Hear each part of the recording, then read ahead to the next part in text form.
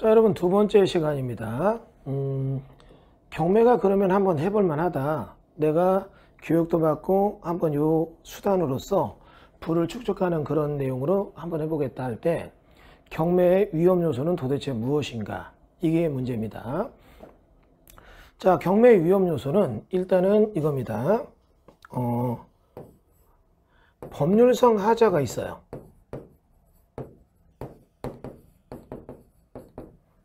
법률상 하자가 있고, 그 다음에 두 번째는 경매 위험 요소는 부동산적 지식의 결여예요.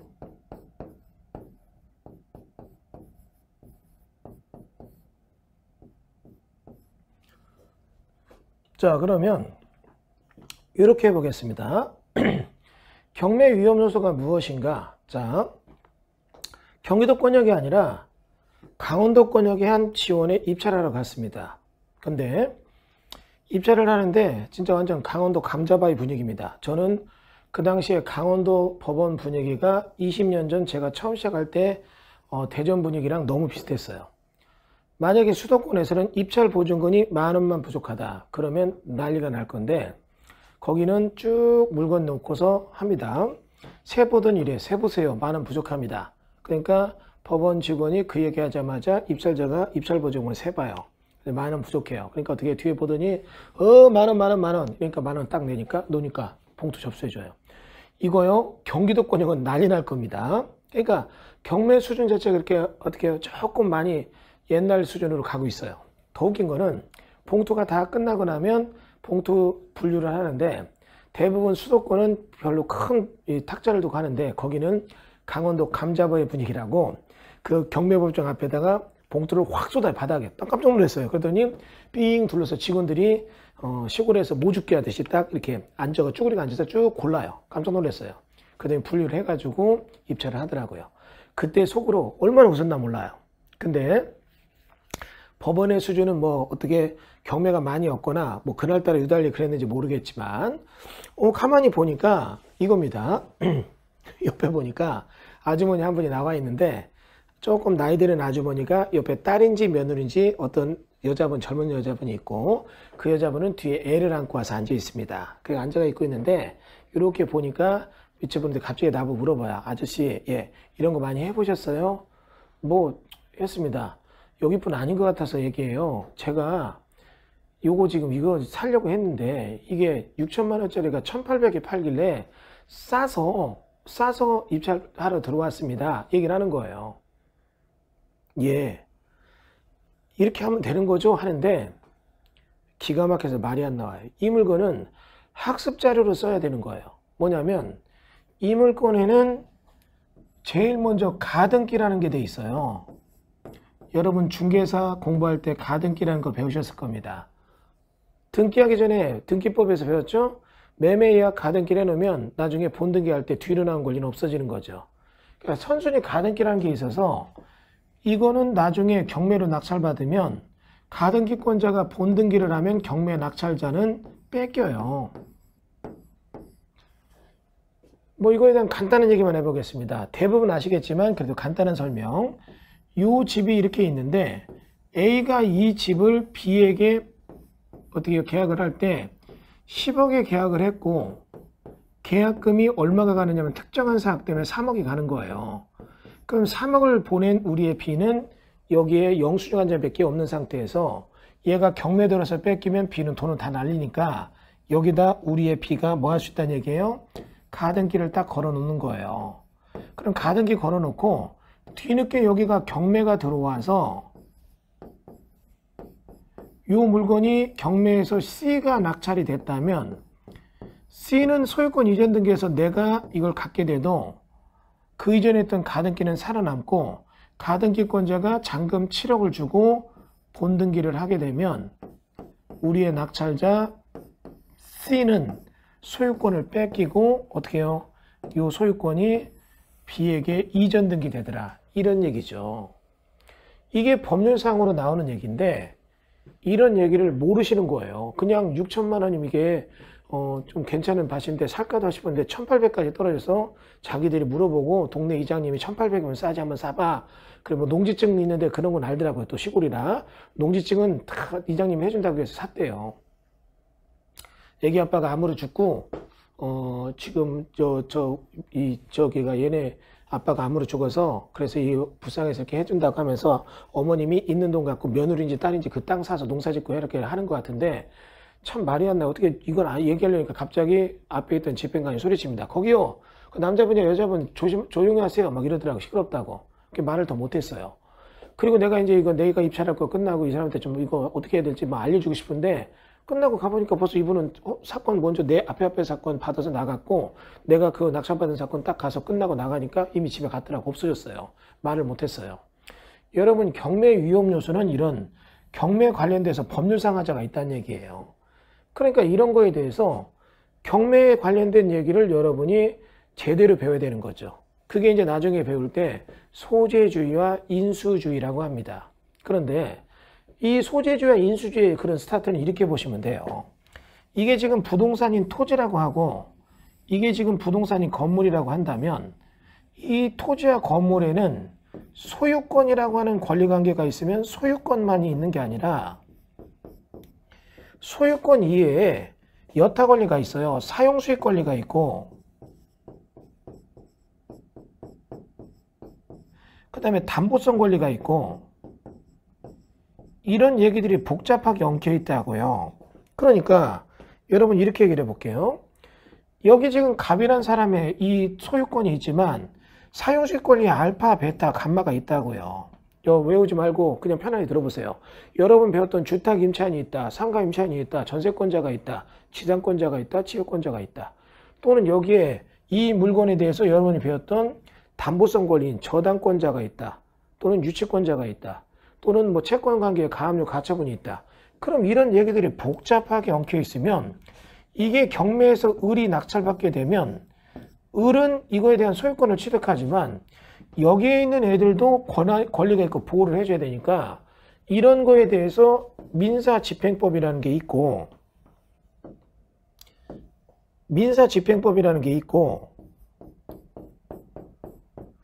우리의 민사집행법은 법에 대해서 이런 게 돼 있을 때 이 중에 보호받을 자와 보호받지 못할 자를 나누는다는 얘기예요. 그럼 보호를 어떻게 해주느냐? 을이 네가 물어주라 이런 얘기예요. 근데 법을 모르는 사람은 나는 법원에서 팔길래 샀는데 앞에 갑이란 애가 지금 돈 받아먹고 잘못된 걸 내가 왜 물어줘야 되느냐 이런 얘기를 해요. 그거는 경매를 모르고 받았으니까 무식한 소리 하는 거죠. 내가 경매를 한다면 이런 거에 대해서는 절대 그렇게 접근하면 안 됐다는 얘기예요. 여러분 다시 한번 볼까요? 가정을 다시 봅니다. 경매는 우리가 지금 보는 것처럼 위험 요소가 있다고요. 이런 위험 요소에 대해서 법률적으로 문제가 되는가 안 되는가 이걸 어떻게 해요? 확인을 해봐야 되는 거죠. 그래서 우리가 지금 보는 것처럼 내가 경매를 받게 될 때는 이런 법률상의 하자가 있고 민사집행법에서는 이런 부분에 대해서 을을 보호하는 그런 내용이 있다는 얘기죠. 을을 보호하는 것들은 여기 있는 권리를 다 없애겠다. 그게 소재주예요. 거꾸로 갑에 관련된 삼자를 보호해주겠다. 그럼 얘들은 어떻게든 보호해줄 때 얘는 돈이 없으니까 네가 물어내. 이게 인수주의예요. 그러니까 이런 민사집행법에서 소재주의나 인수주의의 법칙을 두고 있고 이런 소재주의나 인수주의의 법칙이 권리분석이에요. 그럼 여러분이 경매 낙찰을 받을 때 이런 권리분석을 잘못하면 어떻게 해요? 물어주는 거예요. 그러니까 그 아주머님은 1,800만 원에 6천짜리 땅을 샀다. 잘 산 거죠. 등기하고 좋아했을지 모르지만 나중에 갑자기 본등기하고 소유권을 뺏깁니다. 그럼 1,800 날리는 거예요. 이런 거 어떻게 마음 아픈 일이죠. 근데 이제 더 최악도 있어요. 어떤 건 뭐냐? 내가 그걸 지금 현재 샀는데 여기 사용수익하고 있는 세입자 알파가 있는데 알파 보증금이 5억인데 5억 물어주라 이거죠. 자, 5억짜리 아파트를 내가 2억에 싸게 샀어요. 되게 좋아했더니 5억 물어주래. 그럼 7억에 사는 거잖아요. 그러니까 여러분이 경매 위험 요소는 일단 이런 법률상 하자가 있는가 없는가 권리 분석을 해야 된다는 얘기예요. 그래서 여러분이 중개사 공부할 때 민법적 개념도 배우셨고, 물론 중개사 합격생이 아니고 그냥 오신 분들은 앞으로 그런 내용을 배울 거예요. 근데 이제 중개 개념의 포커스가 아니라 경매 개념의 포커스에서 여러분이 다시 좀 배워야 됩니다. 자, 같은 얘기를 해도 다르죠. 자, 보세요. 이렇게 얘기해 보겠습니다. 지금 요거에 대해서 이 칠판에 관련된 원격 전종 리모컨이 있습니다. 그럼 이런 리모컨을 가지고 여기서 지금 판서 강의할 때 쓰는 거랑 아니면 녹화할 때 쓰는 거랑 기능이 다르거든요. 마찬가지로 여러분이 어떤 법이 있다면 중개 시점에서 보는 것과 그 법문을 경매 시점 볼 때는 약간 시각을 바꿔서 해야 돼요. 여러분은 시험 보기 위한 그런 민법을 공부했지만 이제 중개할 때 중개 개념의 민법과 경매 개념의 민법은 약간 이게 좀 보는 패턴이 다르구나 이런 생각이 들 겁니다. 그러면 그런 내용에 대한 법률상 해저에 대한 거, 하자에 대한 걸 봐야 되는 건 굉장히 중요한 얘기인데, 그러면 법률상 하자에 대한 것 좀 배웁시다. 그럼 다 배웠어요. 그런데 내가 지금 그걸 다 배우고 나서 이제 돈 번다 생각을 했는데, 그대로 하고 나서 배운 대로 하고 나서 나는 이제 돈을 번다. 5억짜리를 싸게 받았다. 남들이 다 불어. 야, 어떻게 그렇게 받았냐? 잘했다. 얘기를 하는 거예요. 근데 잘했다고 해서 그런 줄 알았는데 갑자기 나중에 보니까 하더니 엉뚱한 일이 막 벌어지는 거죠. 그럼 이 사람이 내가 왜 이렇게 고통을 받는가? 그랬더니 보니까 여러분이 경매 교육 받을 때는 배우지 않았던 얘기들이 등장하면서 여러분들을 고통 속에 빠뜨리게 되는 일들이 나오더란 얘기예요. 어떤 얘기냐면 이런 겁니다. 나는 이거에 대해서 충분하게 다 배웠다, 문제없다 생각했는데 여기에 보니까 부동산적 지식이 결여되어 있는 거예요. 그러니까 내가 지금 배웠던 경매에 대한 지식에서 다 문제없다 했는데 부동산적 지식 결여로 전혀 뜻하지 않았던 어떻게 해요? 다른 각도의 고통을 받게 되는 거죠. 자, 이런 얘기 해봅니다. 여러분 이제 나중에 배우면 뭐 유치권, 법정지상권 이런 거는 민법적 개념이에요. 그러니까 법률적 하자에 대한 얘기는 민법적 개념도 일단 생각해 봐야 되는 건데, 제가 얘기하는 건 부동산적 개념에 대한 얘기입니다. 부동산 관련 법이 있다고요. 그리고 이 부동산 관련이 여러분이 가장 익숙한 게, 여러분이 중개사 공부할 때 그렇게 지긋지긋하고 쳐다보기도 싫었고 제일 싫었고 짜증났던 공법의 얘기가 여기서 등장을 해요. 그 부동산적 지식이 없으니까 문제가 되는 거죠. 그럼 여러분이 이제 그런 교육을 보는 건데, 이걸 보세요. 여기 이 땅이 있는데 내가 이 땅을 경매를 받았다. 농지입니다. 농지를 경매를 받았고 나는 굉장히 싸게 받았어요. 너무 잘 받았다고 주변도 얘기합니다. 유치권이나 법정지상권도 있었지만 다 물리쳤고 나는 경매의 고수다 자신을 해요. 근데 그 땅 위에는 A가 유치권은 뭔가 공사를 했다는 얘기고 공사를 하기 위해서는 각종 인허가를 받았다는 얘기죠. 근데 인허가를 받았는데 낙찰자 B가 이거를 낙찰받고 보니까 토지와 건물, 토지 부동산은 내게 됐습니다. 그런데 애석하게도 그 위에 공법적 뭔가 할 수 있는 적법 요건의 인허가는 A한테 있는 거예요. 그러면 B가 이거를 또 새롭게 뭔가 개발을 해야 이 땅에 환가가 되잖아요. 근데 보니까 환가가 될 수가 없는 겁니다. 왜? 안 사요. 누가 이 땅 사면 건축가가 못 내니까. 왜? 건축가가 내려면 농지를 농지 아닌 걸로 바꾸는 게 뭐냐? 농지 전용이라고 하고, 이런 농지 전용이 지금 우리가 보는 것처럼 어때요? 각종의 인허가 중에 하나예요. 그게 A 앞으로 되어 있으니까 B 이하, B한테 취득하는 C는 다시는 농지 전용 허가 등을 받을 수가 없어요. 이게 있다면. 그러면 이런 부분에 때문에 이게 해결이 안 되는 거죠. 이게 위험 요소예요. 그런데 여러분 이렇게 보겠습니다. 여기 있는 요 강의의 기본적 얘기는 일단 여기에 대한 기본적인 얘기만 해요. 그런데 나중에 여러분이 그 공부가 다 끝나고 나면 여기 나오는 이런 부동산 지식에 대한 얘기도 공부가 돼야 되는 거죠. 그런 것도 별도로 구성합니다. 여러분 공법 지긋지긋하고 어렵게 배웠는데 중개사 공부할 때 공법은 행정 절차법이 많이 내요. 제가 출제원들도 많이 합니다. 이분들이 가면 부동산을 몰라요. 그러니까 어떻게 해요? 행정 절차법으로 내다 보니까 엉뚱한 문제가 나와요. 마치 우리나라 영어 수능 시험 문제 같아요. 대한민국의 영어 수능 시험 문제가 2016년도 문제를 유튜브에서 영국의 유명한 명문 사립고등학교 선생님들에게 풀게 해주는 풀을 봤습니다. 10명의 선생님이 풀다가 나가요. 7번 못 풀겠대요. 나머지 3명은 푸는데 나중에 점수 매길 때 형편없는 점수를 맞아요. 놀랍니다. 박사 논문을 내요. 놀랍니다. 한국 애들이 이렇게 영어 잘해. 막 한국 와서 보면 더 놀래요. 그런 문제 푸는 애들이 말 한마디도 못해요. 이해를 못하죠. 왜냐하면 회화가 안 되니까 자꾸 문법으로 가는 거예요. 제가 이 얘기를 여러분에게 왜 드리냐면 간단합니다. 공법 문제 내시는 분들이 교수들이 내는데 이분들이 부동산 실무를 안 해보니까 행정절차법을 내요. 여러분이 위례 신도시 아파트를 중개한다. 그럼 이거 중개할 때 위례 신도시가 개발사업으로 도시개발법으로 만들어진 도시라면 개발구역의 지정권자가 국토부 장관 아니면 서울시장, 경기도지사 이 중에 하나예요. 근데 이게 양쪽에 걸치다 보니까 서울시장, 경기도지사 둘 중에 누가 지정하나 막 이런 거 있잖아요. 이런 것들이 복잡한데 이런 걸 문제를 내요. 그럼 여쭤볼게요. 위례 신도시 아파트 중개할 때 그 지정권자가 국토부 장관이다, 시도지사다. 이게 일이라도 중요하다? 전혀 그렇지 않거든요. 그런데 법무는 자꾸 그런 걸 문제를 냅니다. 그러니까 여러분 이런 거에 대해서 엉뚱한 거 공부를 하는 건데 그런 거 못했다고 걱정하지 말라고요. 중개에 관련된 공법은 별도로 여러분 구성이 될 겁니다. 실무적인 공법 개념에 대해서는 여러분에게 추가로 어떤 강의가 있는데 경매에서도 이 공법을 무시 못해요. 그럼 경매에서 배워야 될 공법이 따로 있거든요. 그 중에 이런 게 하나예요.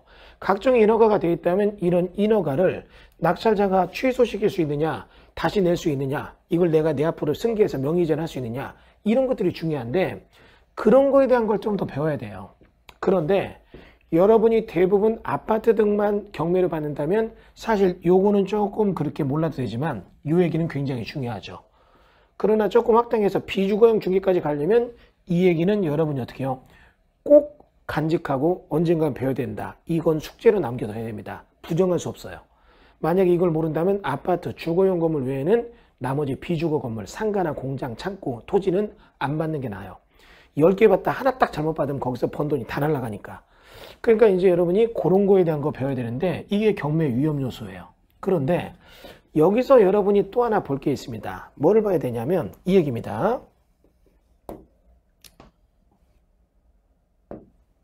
지금 보시면 이렇게 얘기를 해볼게요. 여러분이 경매를 하다 보면 이게 제대로 됐나 안 됐나를 봐야 되는데 제일 중요한 건 뭐냐면 이겁니다. 환가. 돈으로 바꾼다는 거. 다시요. 이거를 이렇게 얘기하죠. 출구 전략이라고 해요.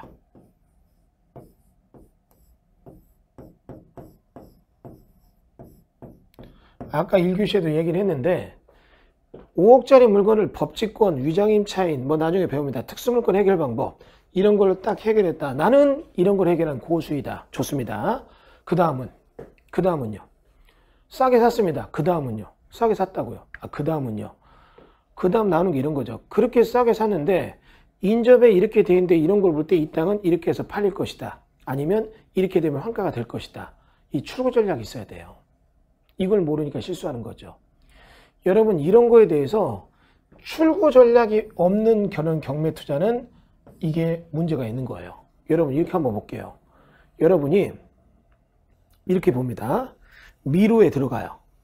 헤매고 나와야 돼요. 그러면 여러분이 이 미루에 들어갈 때 뭔가 준비를 하고 들어가야 돼요. 언제 나올지 모르니까 밥도 가져가서 물도 가져가서 오랫동안 있을 때 먹고 해야 되니까. 그리고 일부는 이거 걸어가는 게 힘드니까 자전거를 타고 들어간다. 자전거도 준비해요. 자, 그런데 물론 그런 거 필요하다면 준비하는 게 맞겠죠. 진정한 현명한 그런 의사결정의 사람은 뭐를 선택하느냐? 미로 빠져나올 지도와 나침판을 갖고 들어가요. 이 사람들은 헤매지 않고 딱딱 길만 찾아 딱 나오면 이 사람이 가장 현명한 거예요. 여러분 이렇게 해볼게요. 경매로 여러분이 물건을 투자할 때 꼭 기억할 게 있다고요. 여기 싸게 산다. 유치권, 법정이상권. 물론 싸게 샀다면 정가에 팔 수 있다. 이런 게 출구 전략도 될 수 있지만 내가 경매로 받은 이 물건을 어떻게 해서 환가에서 수익을 실현할까? 이 타겟에 대한 정책이 있어야 돼요. 이게 없는 상태로 무조건 싸게 사고 본다. 그러면 싸게 사고 보니까 의미가 없다는 얘기예요. 가정해 볼게요. 아까도 얘기했지만 나는 자전거와 먹을 거 챙겼다. 야간에도 춥지 않게 이불도 챙겼다. 그리고 미로로 들어갑니다. 정작 이 사람은 어떻게 해요? 모든 준비하고 진짜 좋게 잘 들어갔다. 선택 수단은 좋았지만 나올 수 있는 출구가 없다면 해외다 끝나는 거예요. 내가 아무것도 없이 맨몸으로 들어갈 때 지도를 갖고 들어간 사람은 미로를 찾아 나와서 당장 나올 때까지 걸어가느라고 힘들고 배고플지 모르지만 찾아 나올 수 있잖아요. 그러니까 이겁니다. 빠지지 못하고 지금 입찰 들어간다. 그러면 여러분이 어떤 그런 내용으로 볼 때 이거 참 좋은 물건이야 해서 들어갔지만 결국은 그게 여러분들에게 하나도 도움이 안 될 수 있다. 경매 위험 요소는 진짜 위험 요소는 여기 나오는 환가, 출구 전략이에요. 어떻게 빠져나올 수 있는가? 이런 걸 생각해 봐야죠. 여기 보면 내가 경매 받는다. 그러면 이 경매 받게 될 때 이 물건을 땅을 받는데 옆에가 보니까 산업단지가 들어오는데 알아보니까 이런 산업단지는 18개 업체가 들어오는데 고용인구가 3,000명이다. 근데 이들 중에 대부분이 출퇴근 시간이 여기는 조금 긴 그런 업종이더라. 그러면 차 타고 출퇴근하는 사람은 전체 근무 인원 중에 20%고 나머지 80%는 차를 타고 왔다 갔다 멀면 근처에다가 근무 시간도 길고 하니까 원룸 같은 걸 얻을 것 같다. 그러면 여기다 건물 지어서 1층은 상가를 넣고 2, 3, 4층에는 원룸을 두게 되면 여기에 굉장한 임대수익이 나올 수 있을 것 같다. 이런 게 출구 전략이에요. 그러니까 여러분 여기서 생각할 때 이 출구 전략에 대한 얘기는 굉장히 포괄적 지식을 필요로 합니다.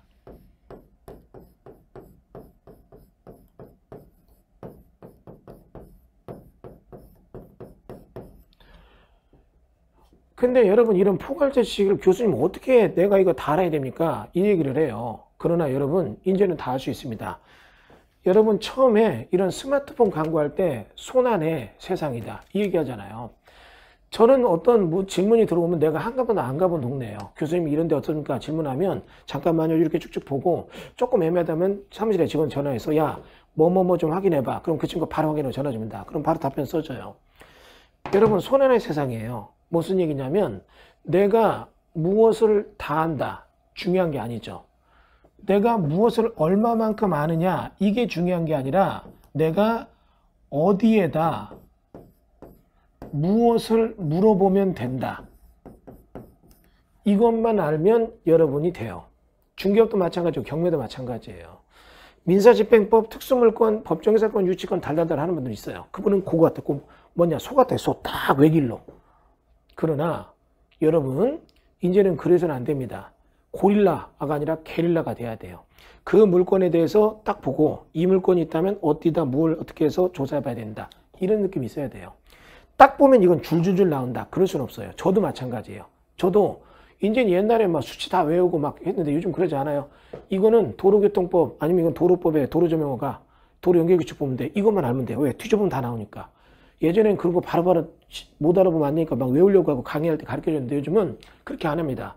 도로 연결 규칙에 이런 개념이다. 몇 개 개념 설명하고 수치는 외울 필요 없습니다. 나중에 찾아보세요. 얘기하거든요. 그러니까 여러분이 지금 이런 출구 전략을 짜려면 포괄적 지식이 있어야 돼요. 부동산에 대한 민법적 개념, 나중에 공법적 개념도 있지만 그런 게 아니라 항시로 부동산에 대한 걸 읽어보고 부동산 전문 시식 어떤 그런 인터넷 사이트도 있고 카페도 가입해서 계속 보세요. 어느 특정 지역에 있다면 지자체 홈페이지도 계속 들어가 봐야 돼요. 내가 용인을 계속 투자한다. 그럼 용인시 홈페이지는 일주일에 한 번씩 들어가서 기사 뜨고 공고, 고시공고, 어떤 의정활동 읽어보시라고요. 그럼 뭐 용인시의원 의장 뭐를 발의했다, 뭐를 어떻게 하고 있다, 뭐가 주민의견청취한다 이런 얘기가 나와요. 읽다 보면 6개월만 읽어보면 여러분 그 지역에 빠삭해져요. 그럼 경매연구 딱 뜨면 여기는 그 앞에가 공원 만드는데 그래? 이 공원 만든다는 거 고시공원 봤는데 그럼 여기다 딱 가보니까 조금 높이가 높아요. 이런 데 집 지면 앞에가 넓게 공원 생기면 좋잖아요. 웰빙 시대.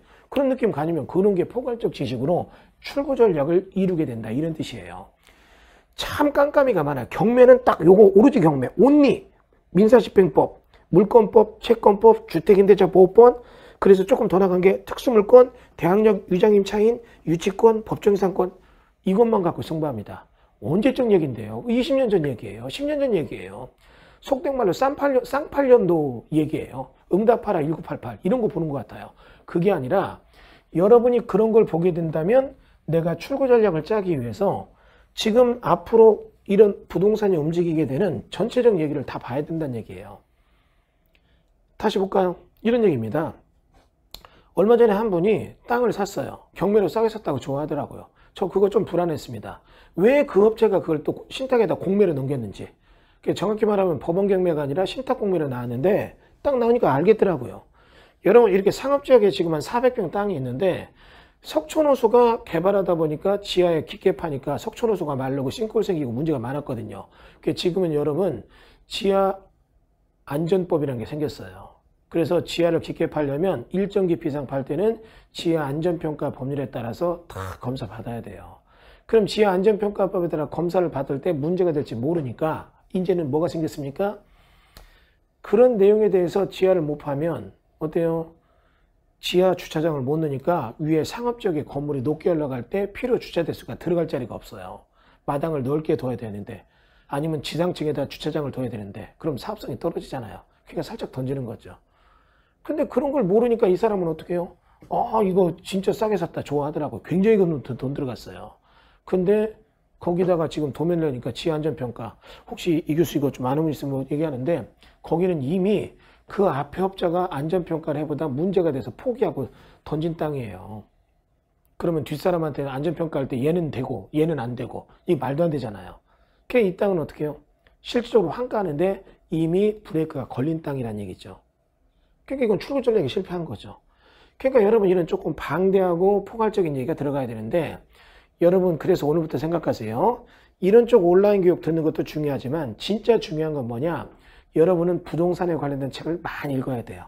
옛날에 저는 이제 운동하다가 공부로 돌려서 고등학교, 대학교 이렇게 왔는데 수학이나 이런 거에 영어 같은 거, 과학이나 이런 게 좀 안 돼요. 그래가지고 인문과로 왔는데 인문계열에서도 공부할 때 국어가 참 힘든 게 그렇게 읽고 해도 안 되는 게 그냥 학교에서 주는 국어책 달달달 외워서 안 되고 정말 신문 사설이나 논술 이런 걸 많이 읽어봐야 되는데 그런 거를 안 읽어본 거죠. 그러니까 어떻게 해요? 국어 점수가 잘 안 나오잖아요. 그러니까 인문계인데 국어 비중이 큰데 그게 안 나오니까 지금 조금 점수가 들락날락 했었어요. 자, 무슨 갑자기 교육 얘기하느냐? 그게 아니라 여러분이 부동산을 하겠다면 이런 부분에 대한 거를 생각하고 또 하나 이 얘기합니다. 그러면 이만한 걸 언제 합니까? 자, 보세요. 주부들이 경매하는 건 그럼 아파트 쪽으로 가는 게 맞아요. 집을 살아봤고 학군이나 그래 어느 아파트가 좋다. 그런 것만 생각하니까 머릿속에. 그리고 이제 남자분들 뭐 술 먹고 이런 분들은 상가 같은 거 생각해 볼 수 있죠. 내가 평소에 갔던 곳이 다 학습 자료예요. 야, 친구들이랑 술 먹으러 할 때 1년에 10번 간다면 6번은 어디로 갔는데 왜 갔을까? 거기가 왜 갔을까? 나머지 4번은 어디 갔는데 참 좋은 데 있다. 그러면 평소 단골집인데 옮겼다. 왜 옮겼을까? 이런 거 생각해 보는 게 이것도 부동산 현상이에요. 거기가 맛이 좋아 갔을 수도 있었지만 어때요? 여기가 입지가 좋고 여러 가지 좋으니까 친구들이 모이기 좋다. 여기서 모이자 했던 것도 있다면 그런 것들이 모여서 하나의 출구 전략을 이룬다는 얘기죠. 그러니까 여러분이 부동산 경매를 하려면 일단은 이런 전체적으로 경매 위험 요소가 뭔가 보고 이 얘기를 봐야 돼요. 3가지가 나왔죠? 지금 민법적 개념, 공법적 개념, 전체적인 출구 전략. 이 3가지에 대한 게 딱 답이 나올 때 입찰이 들어가는 거지 이거에 대해서 들어가지 않는다. 그러면 안 들어가는 거예요.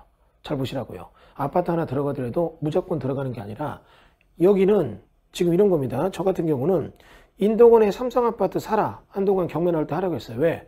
거기 지금 4억대가 7억까지 올랐잖아요. 거기는 이후에 3풀 역세권이 됩니다. 그리고 근데 그 얘기합니다.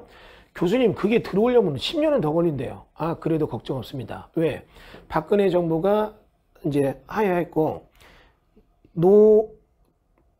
문재인 정부가 들어왔는데, 문재인 정부가 재건축 개발이익 환수의 법률을 유예시킨 걸 지금 합니다. 그러면 과천지역의 아파트들이 내년 되면 이 재건축 초과이익 환수에 대해서 문제가 생기니까 올해 무조건 재건축할 거다.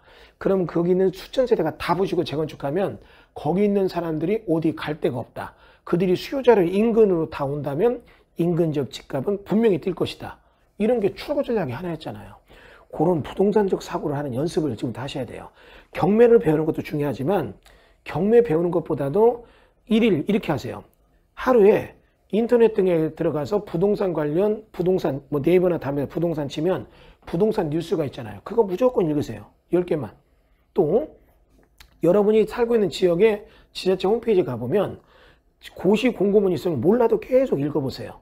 아마 이 영상 보시는 분 중에 70~80% 이상은 아마 중개사 합격하신 분들이라 훨씬 마인드가 부동산 마인드가 있어서 읽어보면 이해가 되실 거예요.